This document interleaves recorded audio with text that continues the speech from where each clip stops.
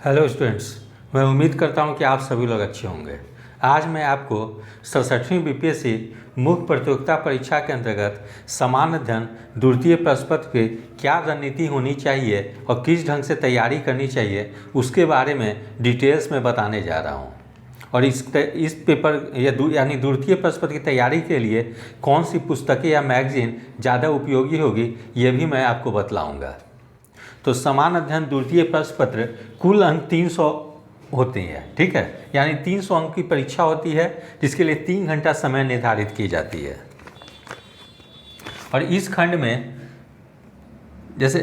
में राज्य व्यवस्था से संबंधित प्रश्न पूछे जाते हैं, ठीक है।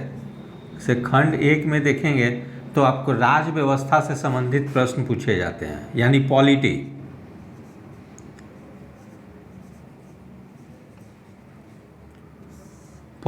से संबंधित प्रश्न पूछे जाते हैं। इसमें आपको कुल 4 प्रश्न दिए जाएंगे।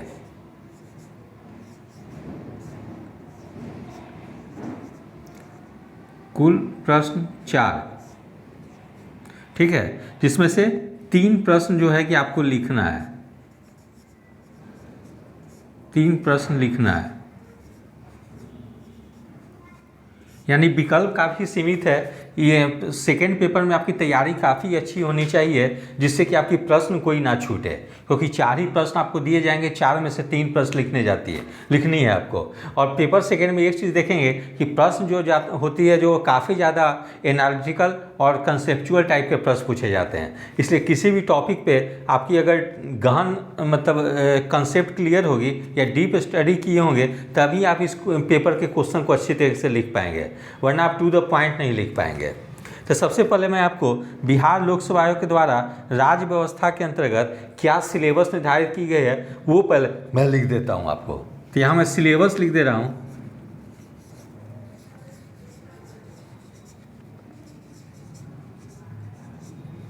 ठीक है।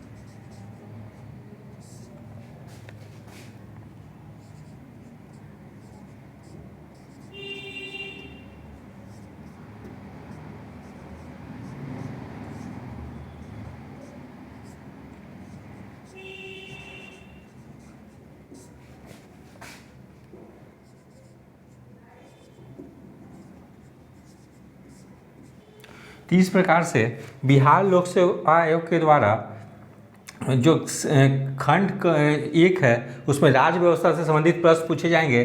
उसके बारे में बिहार लोक सेवा आयोग के द्वारा सिलेबस में केवल इतना ही चीज़ उल्लेख की गई है कि भारतीय राज्य व्यवस्था से संबंधित खंड में भारत की तथा बिहार की राजनीतिक व्यवस्था से संबंधित प्रश्न हो गए, ठीक है। बस इतना ही सिलेबस में मेंशन की गई है।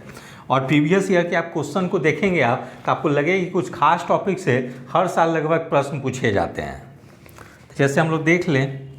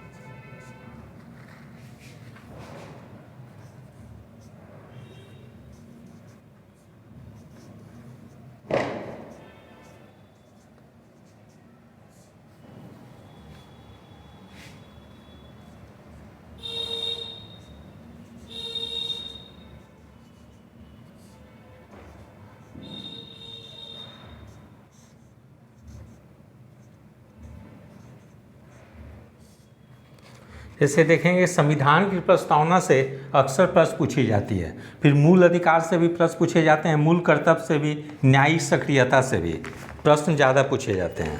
ठीक है, फिर देखेंगे हम लोग चुनाव सुधार से भी प्रश्न जो होते हैं,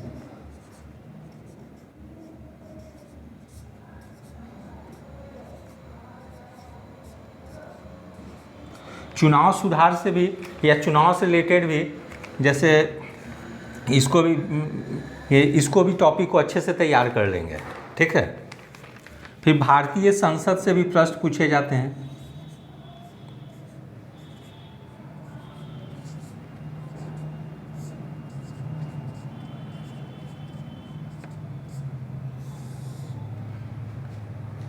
फिर दलीय व्यवस्था,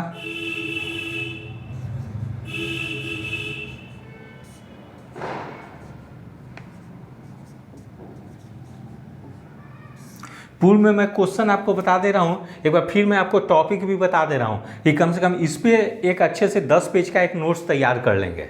ठीक है, जैसे आप चुनाव सुधार पे 10 पेज का एक नोट्स तैयार कर लेंगे, भारतीय संसद पे, दलीय व्यवस्था पे, न्यायिक सक्रियता पे, ये सब पे 10 पेज का एक नोट्स तैयार कर लेंगे, ताकि किसी भी फॉर्म में क्वेश्चन पूछी जाए तो आप लोग उसको लिख सकें।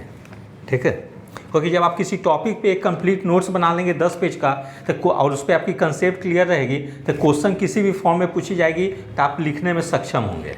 ठीक है, ऐसे सिर्फ आप केवल पार्टिकुलर क्वेश्चन को तैयार करके जाएंगे, अब मान लीजिए क्वेश्चन ट्विस्ट करके टॉपिक वही हो और क्वेश्चन दूसरे ढंग से पूछ दी गई तो आप नहीं लिख पाएंगे। लेकिन यही आपका अगर टॉपिक तैयार होगी तो क्वेश्चन किसी भी फॉर्म में पूछी जाएगी तो आप उसको लिख सकेंगे।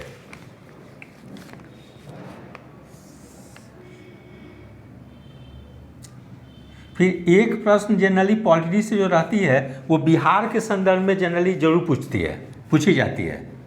एक प्रश्न जो रहेगी, आप जैसे प्रीवियस ईयर के क्वेश्चन को देखेंगे बिहार से संबंधित,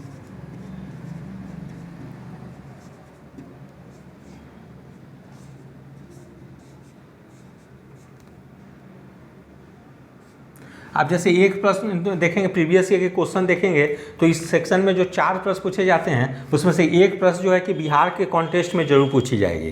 तो जैसे बिहार के कॉन्टेस्ट में जैसे क्या पूछी जा सकती है, जैसे राज्यपाल,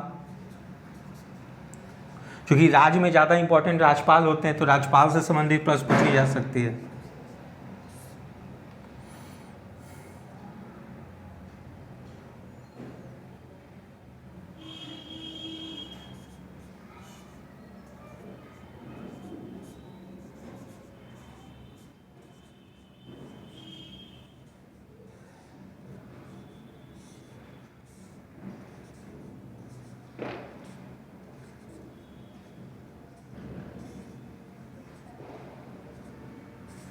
फिर जैसे बिहार की राजनीति में जातिवाद के उदय के क्या कारण है, फिर क्षेत्रवाद भी पूछी जा सकती है।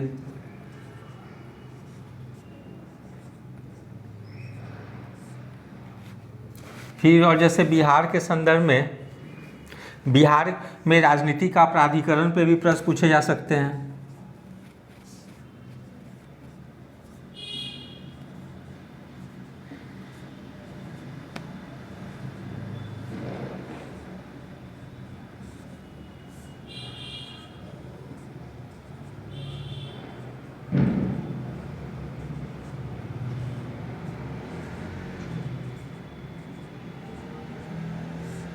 तो बिहार में राजनीति का प्राधिकरण पे भी प्रश्न पूछे जा सकते हैं।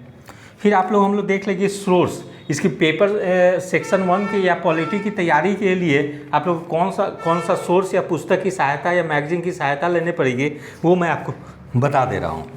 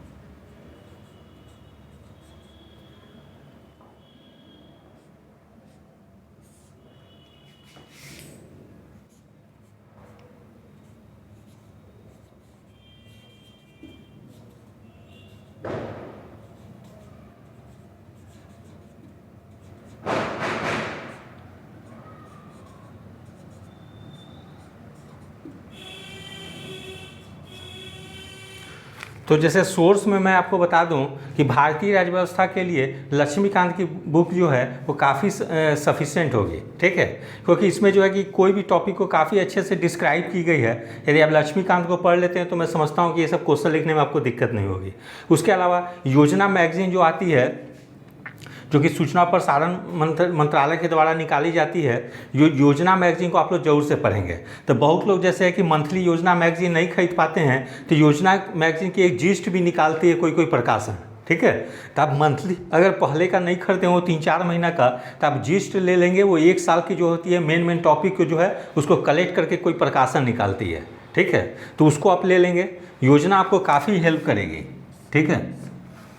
उसके अलावा दृष्टि करेंट अफेयर्स मैगजीन जो आती है उसमें आर्टिकल काफ़ी अच्छी दी हुई रहती है पॉलिटी पे, तो उसको आप दृष्टि करेंट अफेयर्स से कवर कर लेंगे।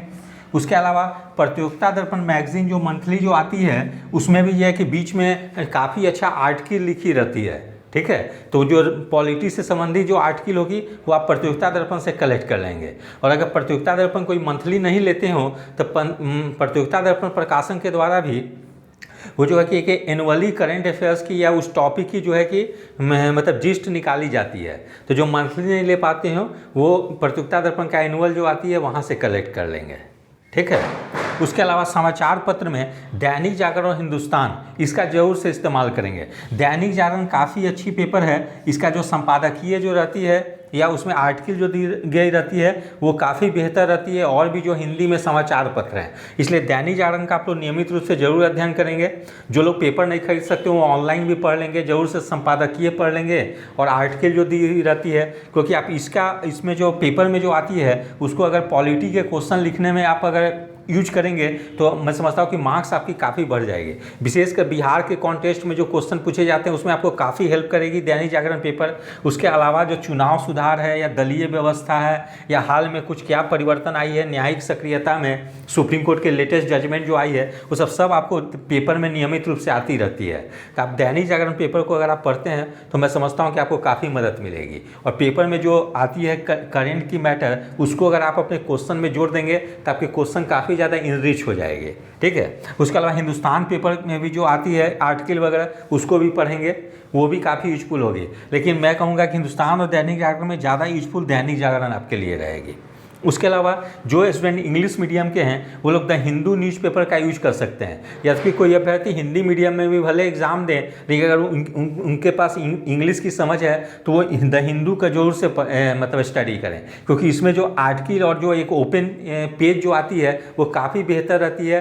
अक्सर वो किसी टॉपिक पर वो लिखी रहती है, उतना आपको हिंदी के पेपर में उतनी ज़्यादा आपको कंटेंट नहीं मिलेगी। इसलिए जिनको इंग्लिश की समझ हो वे लोग द हिंदी न्यूज़पेपर में चाहे वो आर्टिकल दी गई हो या एडिटोरियल दी गई हो या जो ओपन पेज जो दी जाती है उसमें जो टॉपिक पे चर्चा की जाती है उसको पढ़ के एक अच्छा नोट्स बना ले तो मैं समझता हूँ कि आपका आंसर काफ़ी ज़्यादा इनरिच हो जाएगी।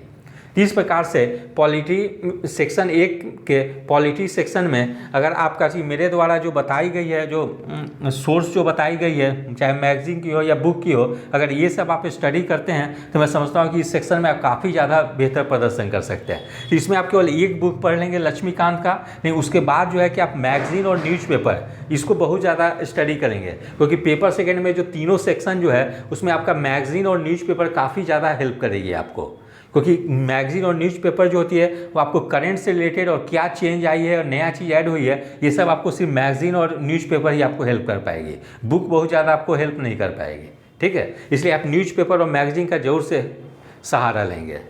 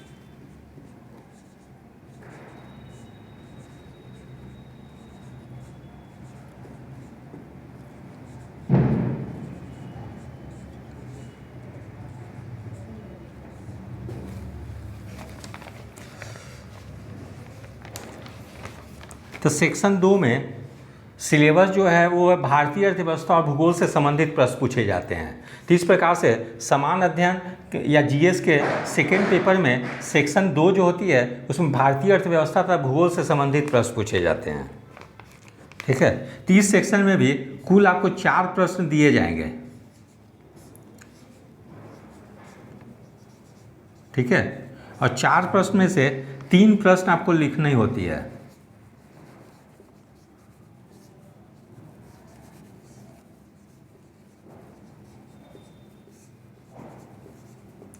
तो इस सेक्शन में भी आपके पास जो विकल्प या ऑप्शन है वो काफ़ी सीमित है। तो इस सेक्शन में आपकी काफ़ी अच्छी तैयारी होनी चाहिए, तभी आप लिख पाएंगे। तो एक भी क्वेश्चन आपकी अगर छूट गई तो पूरी समझिए आपके रिजल्ट पे प्रभाव पड़ेगी। ठीक है, इसलिए इस सेक्शन की भी तैयारी काफ़ी अच्छी होनी चाहिए।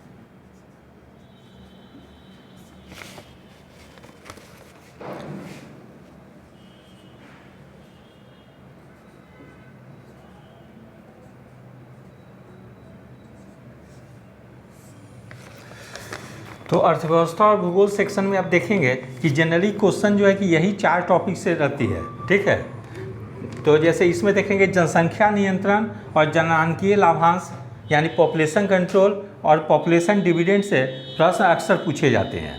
उसके अलावा आर्थिक विकास और आर्थिक नियोजन से यानी इकोनॉमिक डेवलपमेंट और इकोनॉमिक प्लानिंग से भी प्रश्न पूछ दी जाती है।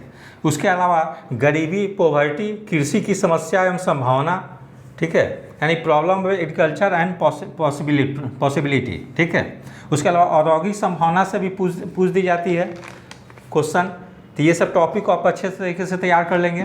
उसके अलावा देखिएगा सेक्शन 2 में एक प्रश्न जो होती है कि बिहार के कॉन्टेस्ट में जरूर पूछी जाती है, ठीक है। तो सेक्शन 2 में आप देख लेंगे कि बिहार के कॉन्टेस्ट में जैसे प्राकृतिक आपदा या बेरोजगारी, मतलब बिहार के कॉन्टेस्ट में किसी न किसी तरह से एक प्रश्न जरूर पूछी जाएगी, इसलिए आप सेक्शन 2 में भी एक प्रश्न बिहार के कॉन्टेस्ट में जरूर तैयार कर लेंगे।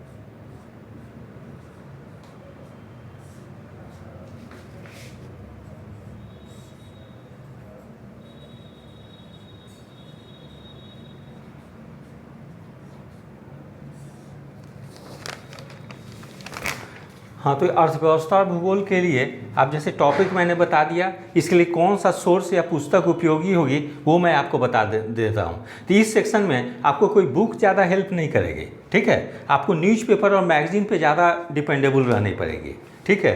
तो जैसे आप प्रतियोगिता दर्पण अर्थव्यवस्था का जो अतिरिक्तांक जो आती है उसको जरूर से आप लोग पढ़ लेंगे, ठीक है। ये हिंदी और इंग्लिश मीडियम दोनों में आती है, इसलिए इंग्लिश मीडियम वाले प्रतियोगिता दर्पण इकोनॉमी स्पेशल इशू को देख लेंगे और हिंदी मीडियम वाले हिंदी में देख लेंगे प्रतियोगिता दर्पण अर्थव्यवस्था अतिरिक्तांक को। उसके अलावा योजना और कुरुक्षेत्र को जरूर से देख लेंगे। केंद्र का बजट और केंद्र का जो आर्थिक सर्वेक्षण है उसको देख लेंगे जरूर से। बिहार का बजट और बिहार का आर्थिक सर्वेक्षण को भी अच्छे तरीके से देख लेंगे। तो ये दोनों का बहुत अच्छे से इस्तेमाल करेंगे, ठीक है। केंद्र का बजट और केंद्र का आर्थिक सर्वेक्षण और बिहार का बजट और बिहार का आर्थिक सर्वेक्षण, ठीक है। इसका जो है कि इस सेक्शन में सबसे ज़्यादा आप यूज कर सकते हैं। और यदि आप केंद्र का बजट और आर्थिक सर्वेक्षण यानी कि सेंट्रल का बजट और इकोनॉमिक सर्वे और Bihar budget Bihar economic survey का जो मतलब डेटा वगैरह दी गई है और जो इन्फॉर्मेशन दी गई है, अगर उसको आप अपने आंसर में अगर पुट करते हैं तो मैं समझता हूँ आपके क्वेश्चन आंसर जो होंगे काफ़ी ज़्यादा इनरिच हो जाएगी और आपको निश्चित रूप से आपके मार्क्स को काफ़ी ज़्यादा बढ़ाएगी, ठीक है। इसलिए आप लोग जरूर से केंद्र के बजट केंद्र का आर्थिक सर्वेक्षण, बिहार का बजट और बिहार का आर्थिक सर्वेक्षण का जरूर से वहाँ पे जो इन्फॉर्मेशन दी गई है उसका यूज करेंगे। उसके अलावा समाचार पत्र में दैनिक जागरण और हिंदुस्तान समाचार पत्र का नियमित रूप से अध्ययन करेंगे, क्योंकि इस सेक्शन में सबसे ज़्यादा मैगजीन और न्यूज़पेपर ही आपको हेल्प करेगी, कोई बुक हेल्प नहीं करेगी। यदि इसमें आप अगर मैगजीन और न्यूज़पेपर अच्छे तरीके से नहीं पढ़ते हैं तो आप इस सेक्शन में आप बेहतर ढंग से नहीं लिख पाएंगे। ठीक है, अब टू द पॉइंट आप नहीं लिख पाएंगे, जिसके चलते आप अगर कुछ भी लिखते हैं तो एक एवरेज मार्किंग 35 से 40% मार्क्स आएगी, उससे ज़्यादा नहीं आएगी। लेकिन अगर आपको 60% मार्क्स लानी है इस सेक्शन में, तो आपको जो मेरे द्वारा जो मैगजीन वगैरह बताई जा रही है, बजट के बारे में बताई जा रही है, जो न्यूज़पेपर, उसको आप जरूर से अच्छे तरीके से स्टडी करें, तभी आप इस सेक्शन में बेहतर प्रदर्शन कर पाएंगे। क्योंकि इस सेक्शन से जो प्रश्न पूछी जाती है वो देखने में काफ़ी आसान लगती है, लेकिन जब आप लिखने चलेंगे टू द पॉइंट तो आपको काफ़ी परेशानी होगी। ठीक है, तो इस सेक्शन में आप है कि आप बेहतर प्रदर्शन कभी कर पाएंगे जब आप न्यूज़पेपर और मैगजीन को पढ़ेंगे।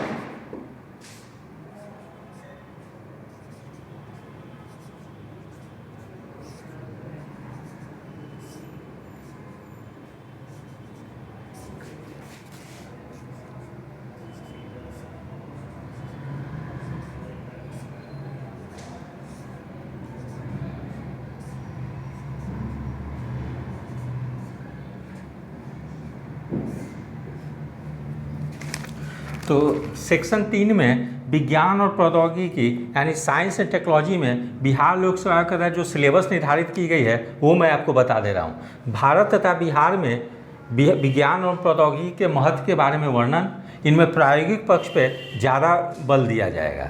ठीक है, यानी प्रायोगिक पक्ष पे जो है कि ज़्यादा बल दिया जाएगा। 30 सेक्शन में कुल 4 प्रश्न पूछे जाएंगे आपको, कुल 4 प्रश्न। ठीक है, कुल 4 प्रश्न होंगे, जिसमें से 2 प्रश्न आपको लिखने हैं।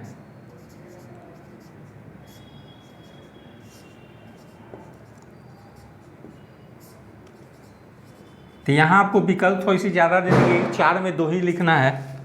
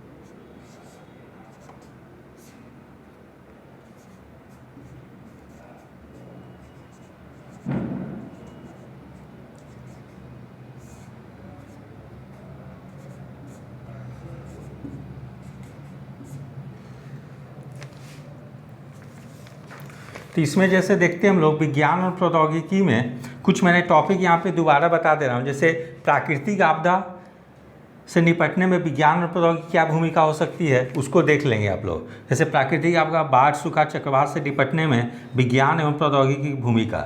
मेक इन इंडिया के स्वदेशी उद्योग को मजबूत बनाने में भूमिका देख लेंगे। फिर डिजिटल बैंकिंग यूनिट्स के माध्यम से वित्तीय समावेशन पे ये सब चीज़ थोड़ा सा देख लेंगे आप लोग। साइंस टेक्नोलॉजी में ऐसे पूल में मैंने बता दिया है वीडियो में। फिर स्रोत में हम लोग देख लेते हैं क्या क्या देख लेंगे लोग।